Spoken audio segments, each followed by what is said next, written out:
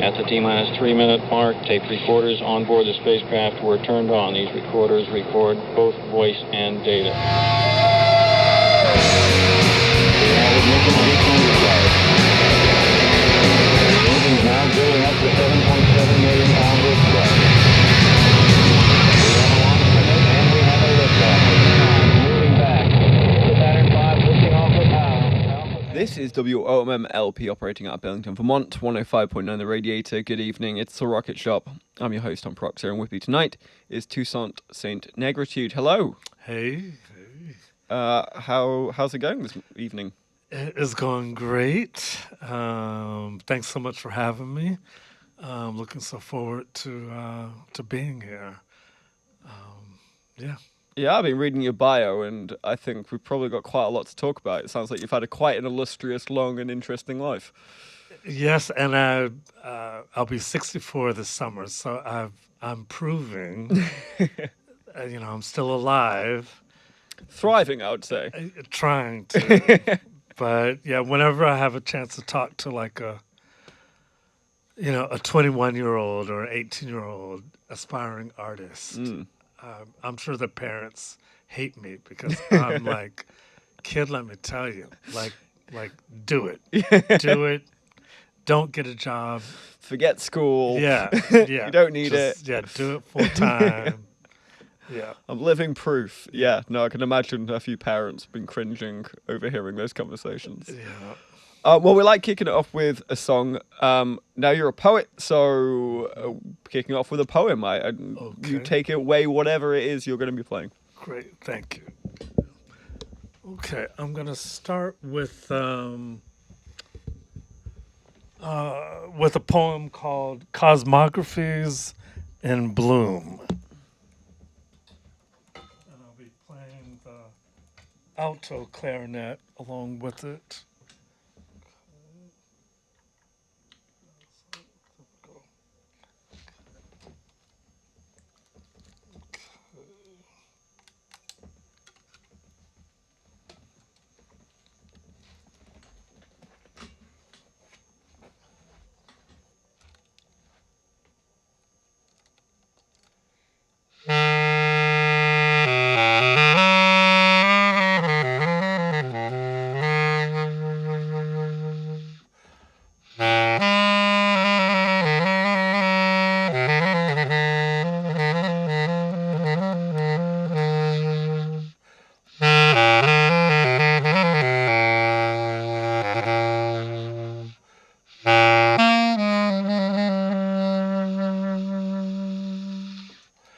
Down a song flowing north, amid the boreal wilderness of innermost transformation, appears the realm of the soul-rising mountains of the moon at dawn.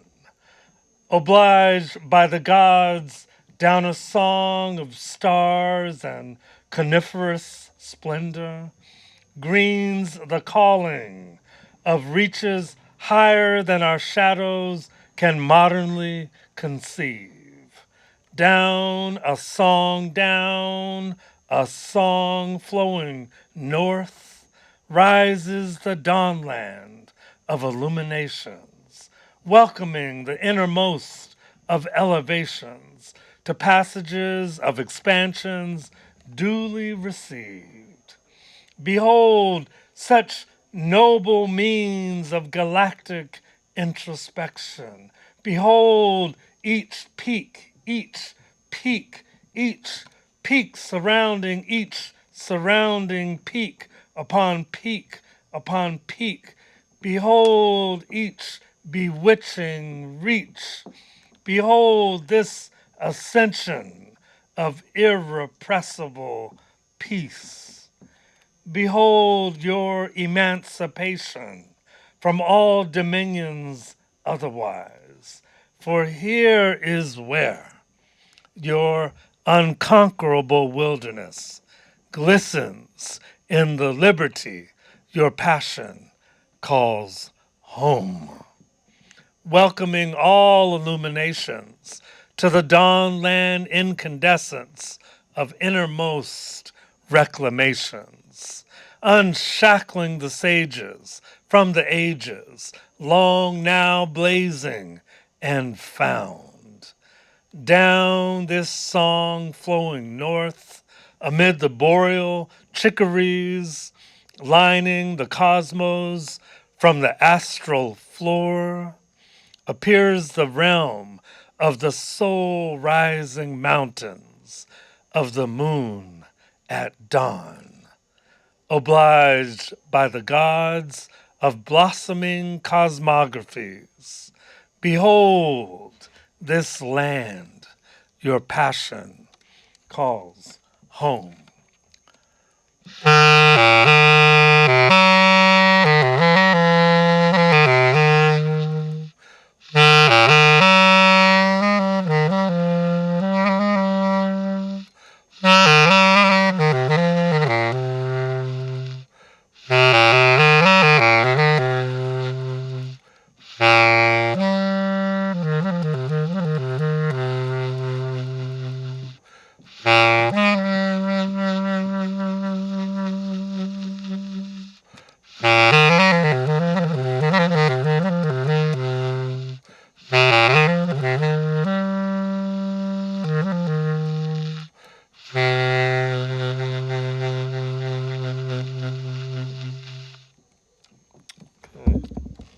All right.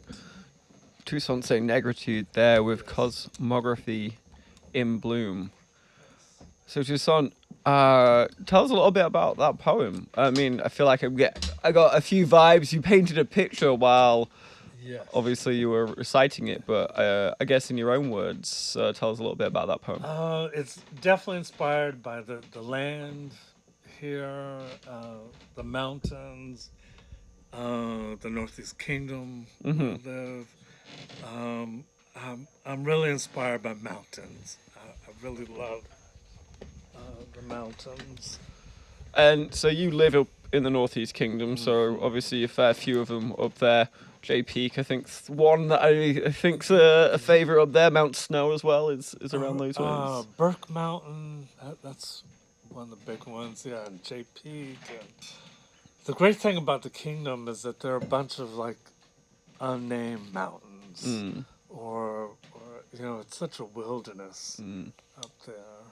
But I'm a Afrofuturist poet, and so I really and it's just kind of how my poetry is kind of shaped.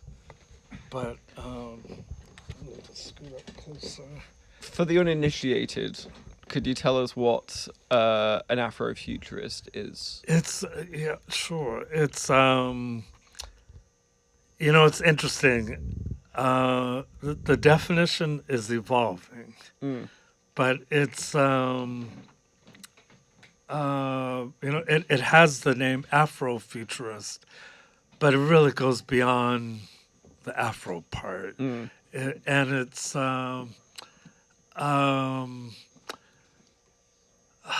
it's like liberation, because it's very socially and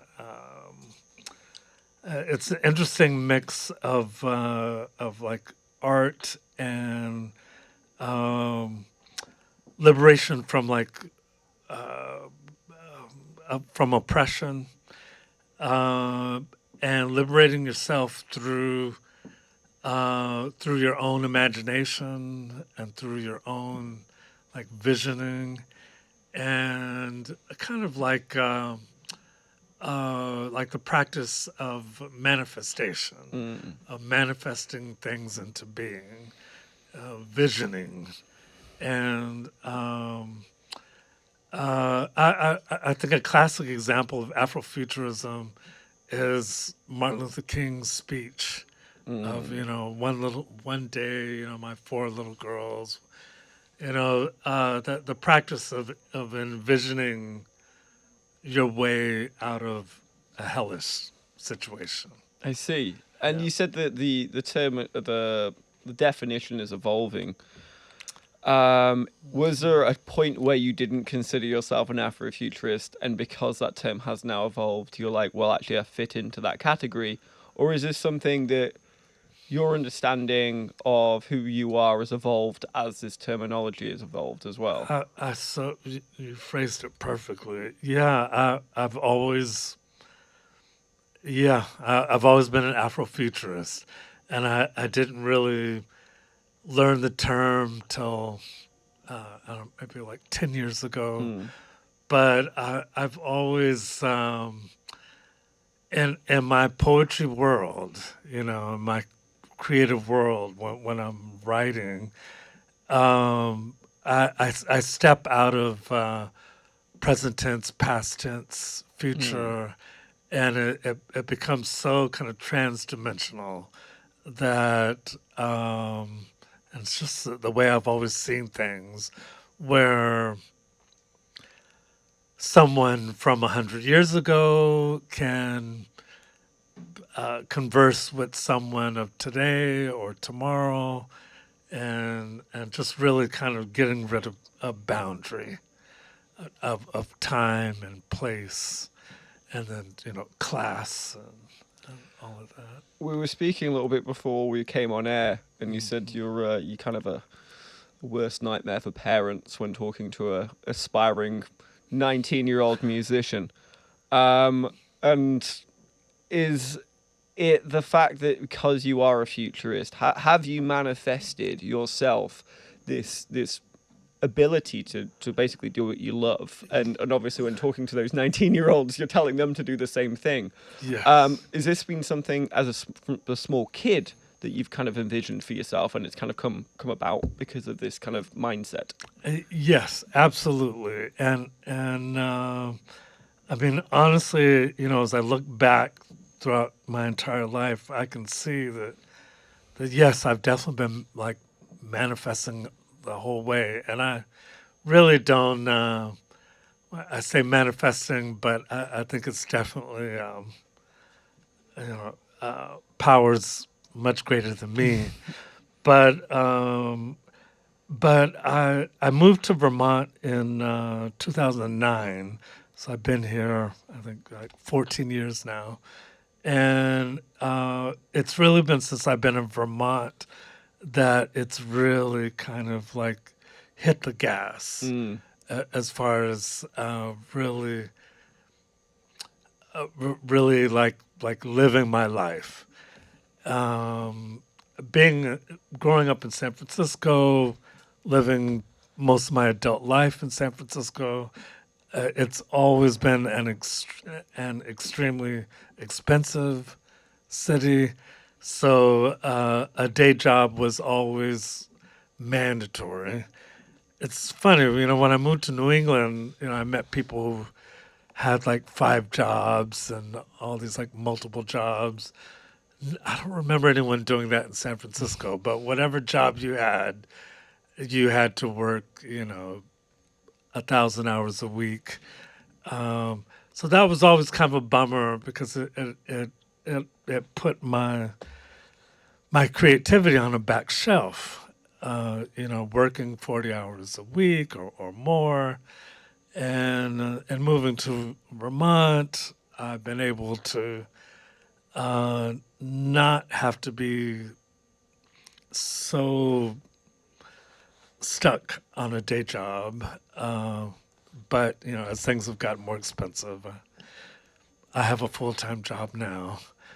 But yes, I have definitely seen the fruits of manifesting, and I think it's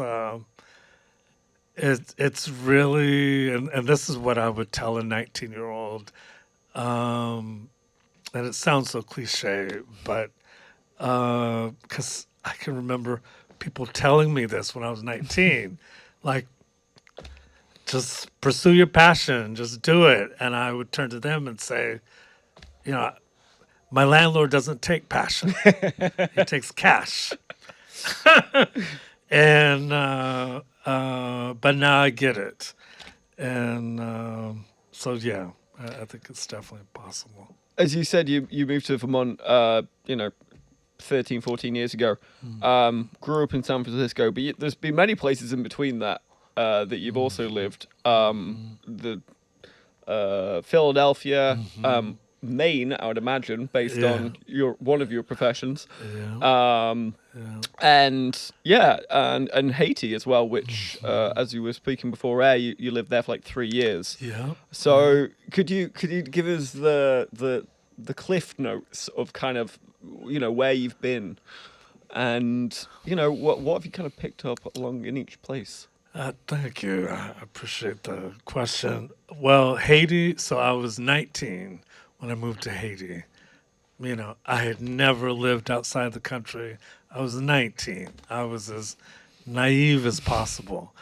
But it was 79, and, coming out of the 70s, Black Power movement, growing up in the Bay Area, when I was like in elementary and junior high, the Black Panthers were, parents of friends of mine in the neighborhood. And my mother was an activist and involved in a lot of a lot of stuff. And the 70s, San Francisco, Maya Angelou was living there, Sonia Sanchez, and the remaining beat poets, and so I grew up in that environment. And when I went to college, or when I left high school, I really wanted to go to Africa, or to experience more of Africa, and the whole kind of Back to Africa movement was kind of part of the period. Even if you couldn't actually go to Africa, people were taking African names and wearing African clothes, and Cassius Clay became Muhammad Ali. I only say that just to remind people, because I don't know if people today realize how significant that moment was. When James Brown came out with "Say It Loud, I'm Black and I'm Proud," no one had ever said that out loud. Like, there was there was no concept of being black and proud of being black. Like that was a bigger breakthrough than landing on the moon. So when I went to college, I wanted to go to Africa, and I was always curious about the Caribbean and all of its Africanness. And from what I understood, Haiti and Brazil, but I think especially Haiti is like the most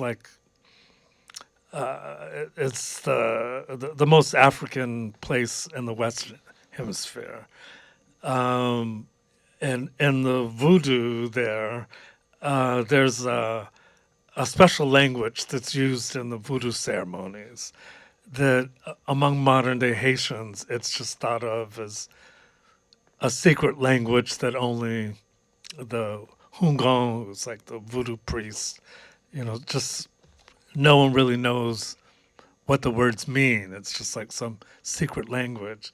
And while I was living there, the ambassador from Ghana came to visit Haiti and tour around, and he went off into the countryside to witness like an actual voodoo ceremony. And they started speaking this, in Creole they call it langage, which is just French for language. And people usually speak it when they're in a trance or under possession, like voodoo possession. And the Ghanaian immediately recognized this langage as just a common tribal language from Ghana that was still intact after 500 years in Haiti, which I think that really sums up a lot of how much culture has been retained in Haiti. Yeah, that's quite actually a story. I would love to get a linguistics take on how that happens, that it can be recognized 500 years down the line without too many changes, that it becomes its own language. That's fascinating. Did your experience, had you been writing poetry prior to going to Haiti? Were you writing poetry in San Francisco? Yeah, I started in like the fifth grade, and I remember my English teacher, um, this one English teacher who introduced me to poetry. And before that, the only writing I had done was like reports. And I enjoyed it, but she always gave me red marks for being too flowery or being too descriptive. And one day she was like, "I'm going to introduce you to this thing called poetry." And she gave me a piece of paper, and she was like, "I'm like, what's poetry?"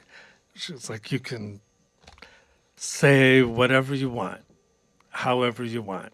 You can write the words upside down, you can misspell them, total freedom." And that totally turned me on. And I have not to gloat or anything, but thinking back to then, like freedom has always been important to me. I've always been turned on by liberation and total autonomy, total freedom, and that's what that page gave me. It's quite, I would say, a modern way of teaching poetry. I think I remember poetry of limericks and a haiku and maybe a little bit of Shakespeare thrown in there. I was never given a page and just told I could do whatever I like, and I could imagine being taught poetry that way just blew open the doors in your mind. Was from then were you just scribbling in notebooks forevermore? Exactly. And I'm so glad she did introduce it that way, because I had been really I had felt so disconnected from like the Shakespeare and the traditional poetry that we were given, all like ancient stuff. And here I am, a kid in San Francisco. They could have given me some Walt Whitman or something. Ginsberg, Yeah. or contemporary San Francisco poets. But and when I was poet laureate so I was poet laureate of the town of Belfast, Maine. Some people think I was laureate of the state. No, I don't want to. Maybe one day, but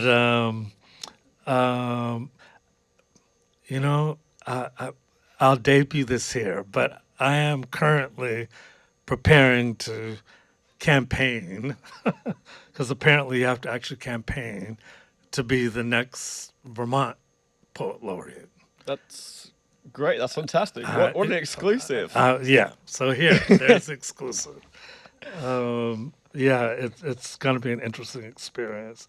But when I was poet laureate in Maine, my main goal was to, in connecting poetry to the people, to the community, taking it off that glass pedestal, that academic and snobby, and break that to bits, and really try to encourage local people to use their own voices. Tell your story in a poem, and your voice, however it is. It didn't hurt Bob Dylan. True. For the uninitiated, what is a poet laureate, and what is the job of a poet laureate?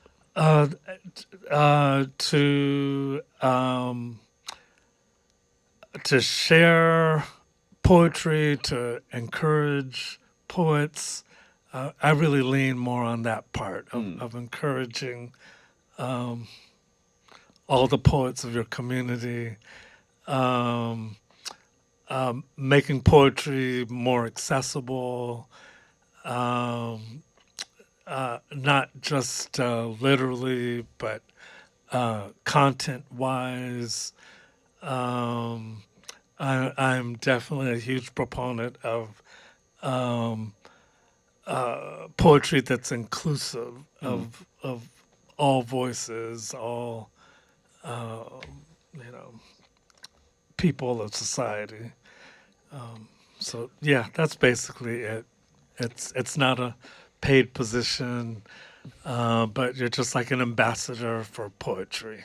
I love that we still have that as a role in society, to be honest. I feel like that could have been something that got taken away from us by Reagan or something, but instead we still hold this esteemed position in our community, sort of thing. Is fantastic. I'm so glad, and I'm reminded of how like um, how poets have been killed. Hmm. How that it is such a powerful voice, and I'm glad that I still have the freedom as an American to sit here and share poetry, but I'm also mindful that um, if we were living under the McCarthy era, Hmm. um, you know, we all might be in jail. Most likely. Yeah, yeah, I would have been outed as a red a long time ago, I yeah. think. Yeah. Well, we'd love to hear another poem. Okay. So, well, yeah, what's coming up next? Okay. Just have to choose one. Thank you.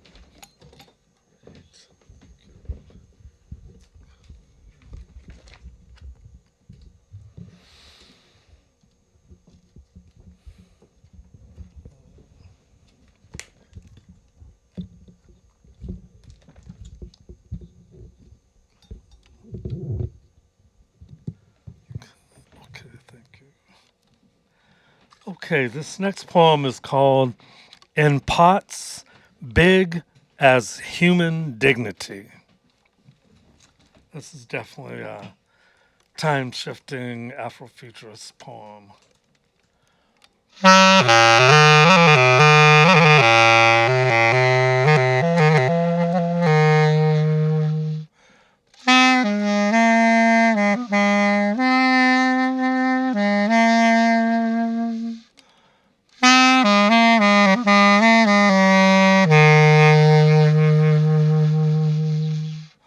Once upon a time, there will be this thing called freedom. Oh, if I could only show you the view from there. Liberation for as far as your soul can see. We'll all be loving all the love we please. Once upon a time, there will be this thing. There will be this thing called freedom. By this point, folks will have consciously obliterated all forms of bigotry a long, long time ago. No presumption of supremacy shall ever be allowed there. Once upon a time, there will be this thing called freedom. We will know this to be true because we have always known this to be true. As is the artistry of the horn of the moon, the handiwork of our liberation shall be painted clear across our lives in all the spectral hues of translucent transformation, transcendentally raising all ascendant affirmations. Once upon a time, there will be this thing called freedom, liberation for as far as your soul can see. In pots big as human dignity, folks will be cooking up radicalizations of things that today we couldn't even think to believe. There will be jazz and beats of people dancing in the streets. Folks will be so free, so free. Folks will be so free, won't nobody remember any other way to be. Oh, if I could only show you the view from there.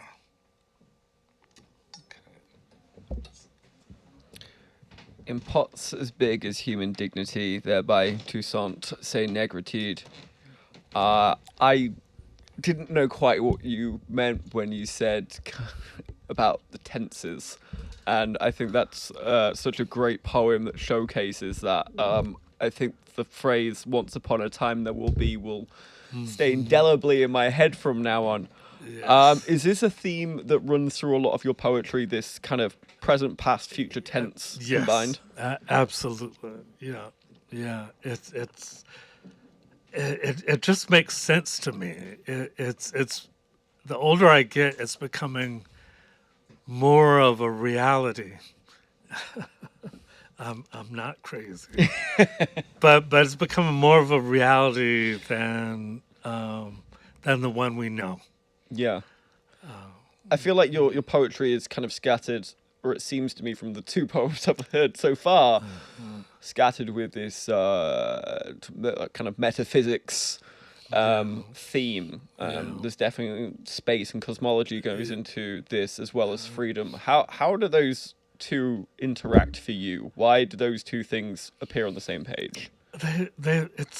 It's always just clicked for me, and I think also kind of tying back to my childhood and just the period of like the 70s that was psychedelic, um, you know, Earth, Wind, and Fire, with the name Earth, Wind, and Fire, uh, Parliament, Mothership Connection, and I've always loved space and stars, and I've always been curious about it, and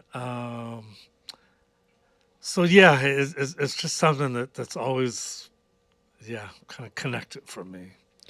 And then obviously another big element of your work is nature. And I can't help but think that you're in San Francisco, not exactly big on nature, it's a huge big city. Yeah. And then you're also in Philadelphia, which again, great city, but still a city. Yeah. And so it seems you've led these kind of this double life of living in like very bustling metropolises, or Yeah. really out in the sticks, I really out in know. nature.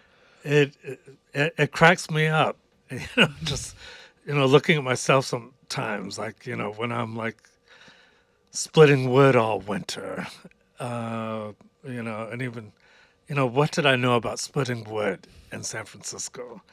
But yeah, it works for me. Um, I've been in Vermont so long; it's been a while since I've been back in a city. But I still love cities and still enjoy them.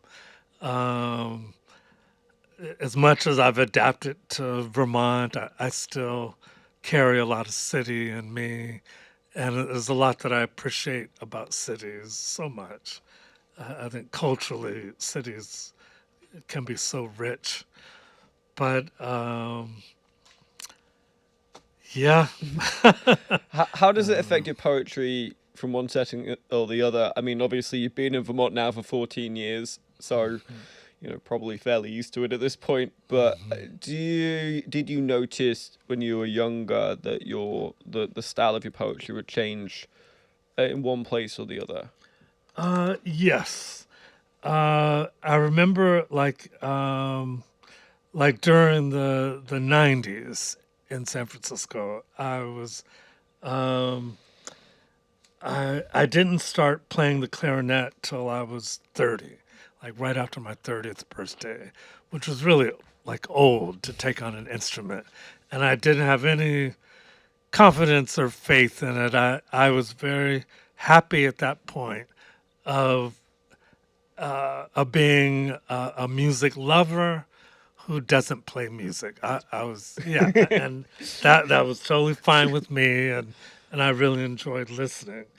But I was listening to a lot of Coltrane, and then got introduced to Eric Dolphy, who played the bass clarinet, and that really challenged me to get into the clarinet. But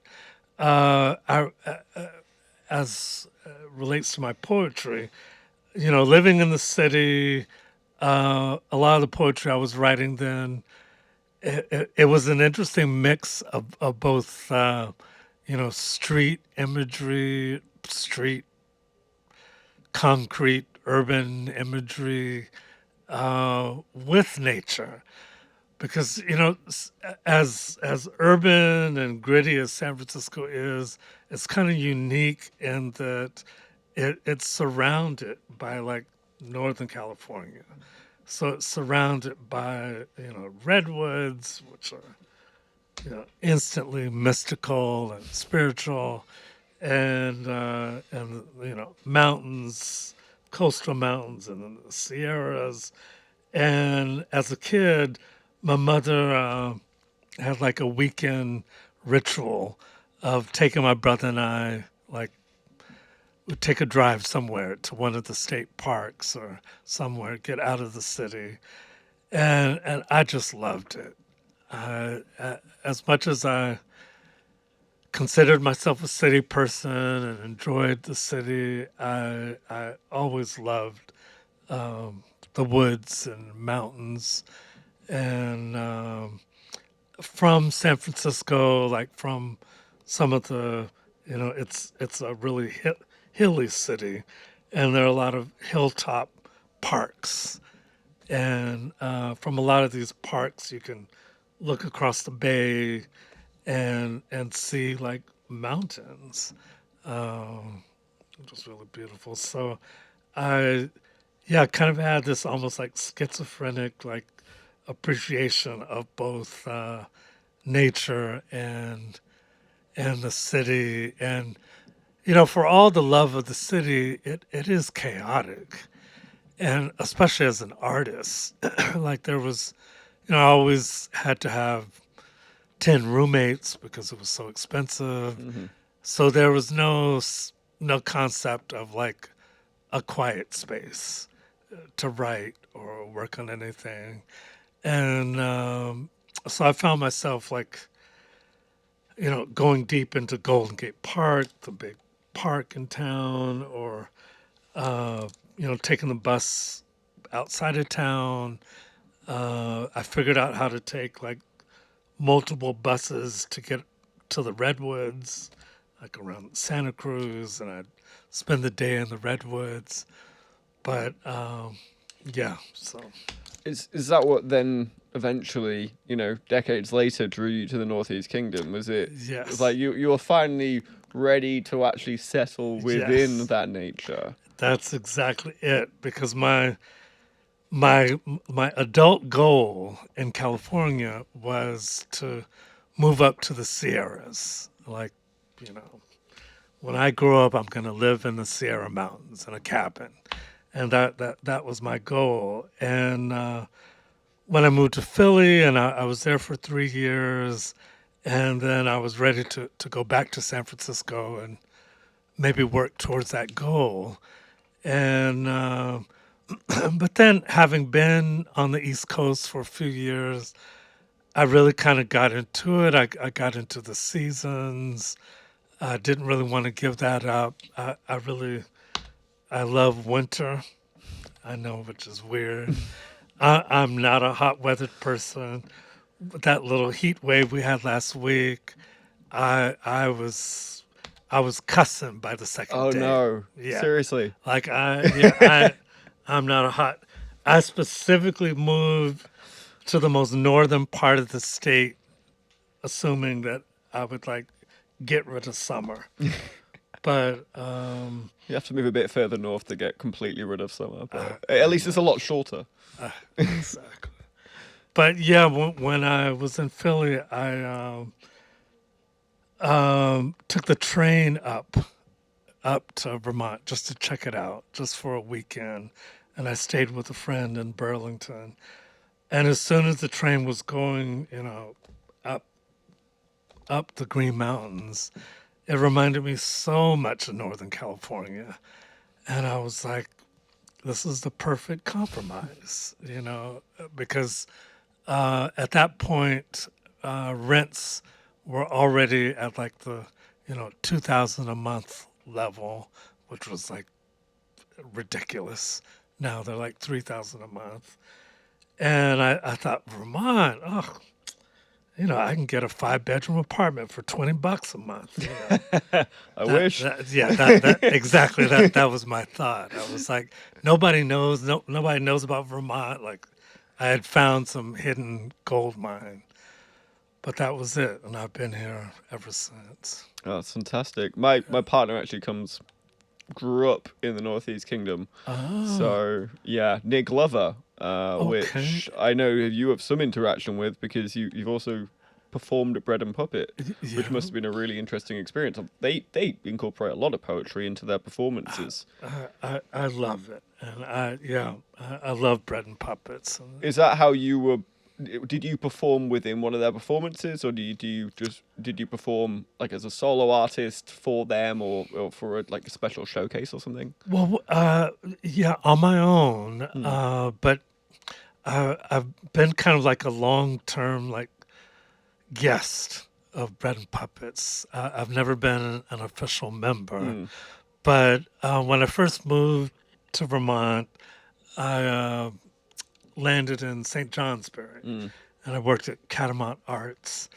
And after like the first year in St. J, I was like, I need to get to the woods. And because being a city person, you know, city people hate small towns. And but I love the country. I love the woods.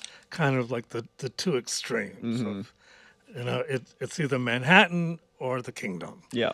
but nothing in between. And so I ended up finding this great cabin up in Sheffield, right near Glover, and I ended up hanging out at Bread and Puppets because suddenly, I'm a gay man, and suddenly I'm seeing like other queer people, seeing like a few people of color, which is refreshing. But they definitely seem to be like my tribe, and that's Yeah. yeah. Well, we've just chatted on and on and on, and I've not really let you speak very much poetry. We've got about time for one more poem. Okay. If you could please kind of play us out, I guess, in a way. Okay. Okay. Thank you.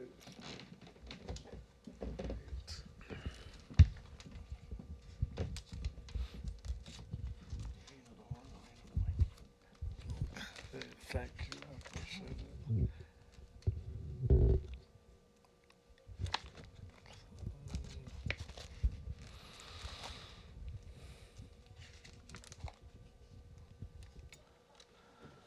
Okay, thank you. Okay, this last poem I'm going to do is called Like Alice in the Garden of a Satchidananda Dream.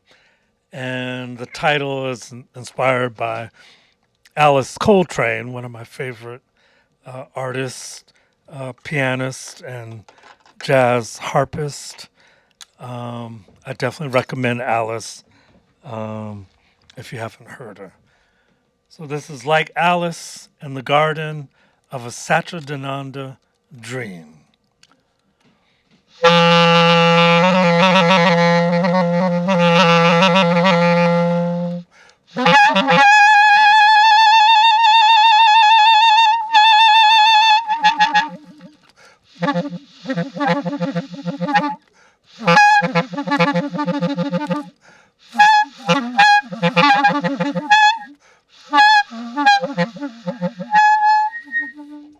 Green, green, green, green, green, green, green, green, green, green, green, green, green, green, green. the day, green, green,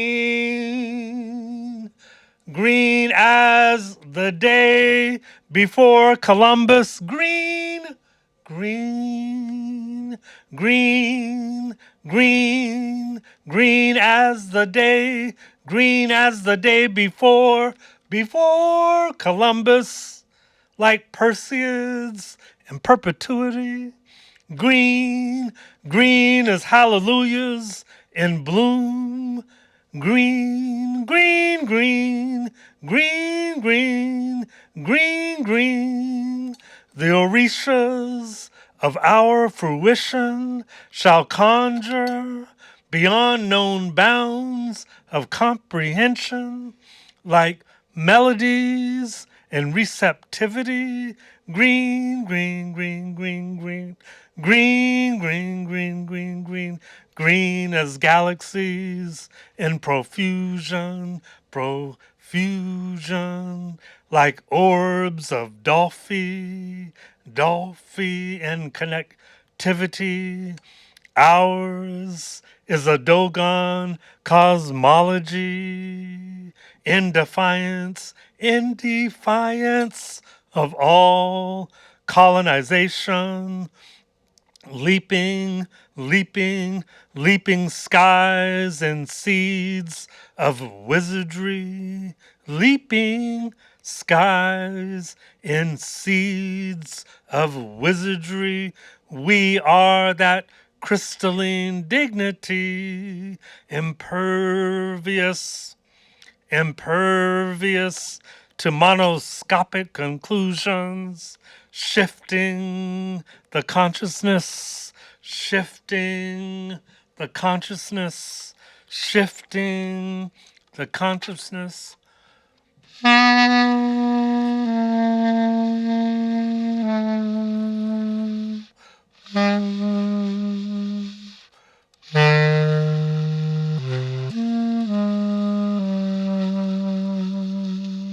Shifting the consciousness like emissaries in perpetuity, like the Aphronicity of Obatala on a far northern street, like the frontiers of infinity, shifting the consciousness like Alice in the garden of a Satchidananda dream, keeping, leaping whole categories. We are green as galaxies in profusion, shifting the consciousness, like Alice in a Satchidananda dream.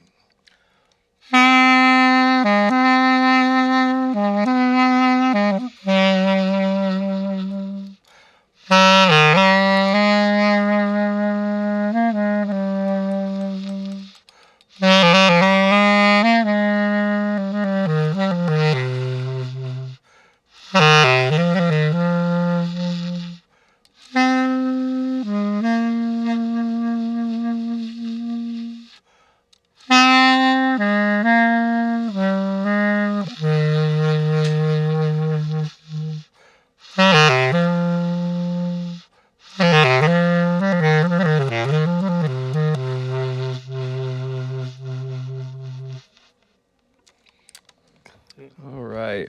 Like Alice in the Garden of a Satchidananda Dream by Toussaint Saint Negritude. Thank you so much for coming in. This was an absolute pleasure. Thank you so much. Thank you so much for having me. Before I wrap up for the evening, could you let us know, one, how do we help you become Poet Laureate of Vermont? And second, if people want to come see you perform, where does one do that? Apparently, to become laureate in the state, you just have to have a whole bunch of people nominate you. All right. So, and it's the Vermont Arts Council that does it. So, yeah, send them an email saying, yeah.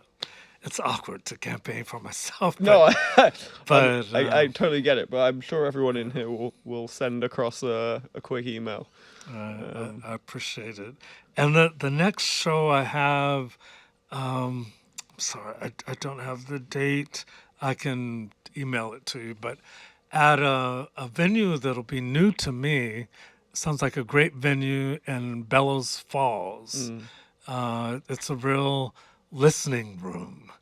There, nothing is served. There are no drinks. It's just a room for music. So I'm looking forward to that. And then actually in Glover, the town of Glover is having, I think, what they're calling a Freedom Festival in July. And I'll be performing there. And it's a great thing, great credit to the town of Glover.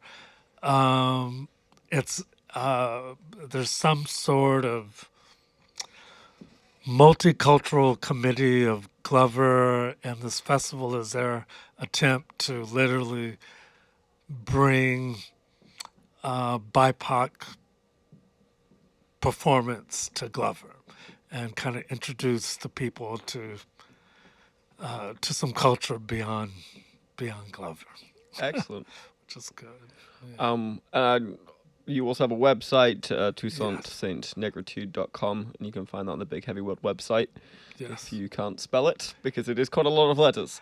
Yeah, it's my full name, Toussaint, and then ST for Saint, no dot, no period, all lowercase, Negritude.com. Some good performances on there as well. Well, that's all we've got time for tonight. I'm going to look across the bob to find out who we have next week because it's not on the website. We have to ask your aunt. And I will. So tune in next week. Tune in next week, where you'll find out, as will I, who we've got coming on in the studio. But we do have a show. But that is all we have for tonight. This has been WOMM LP operating out of Burlington, Vermont, 105.9 The Radiator. It's been The Rocket Shop. I've been your host, Tom Proctor, and good night. Woo! That was good. Yeah, thank you. Thank you. That was fantastic.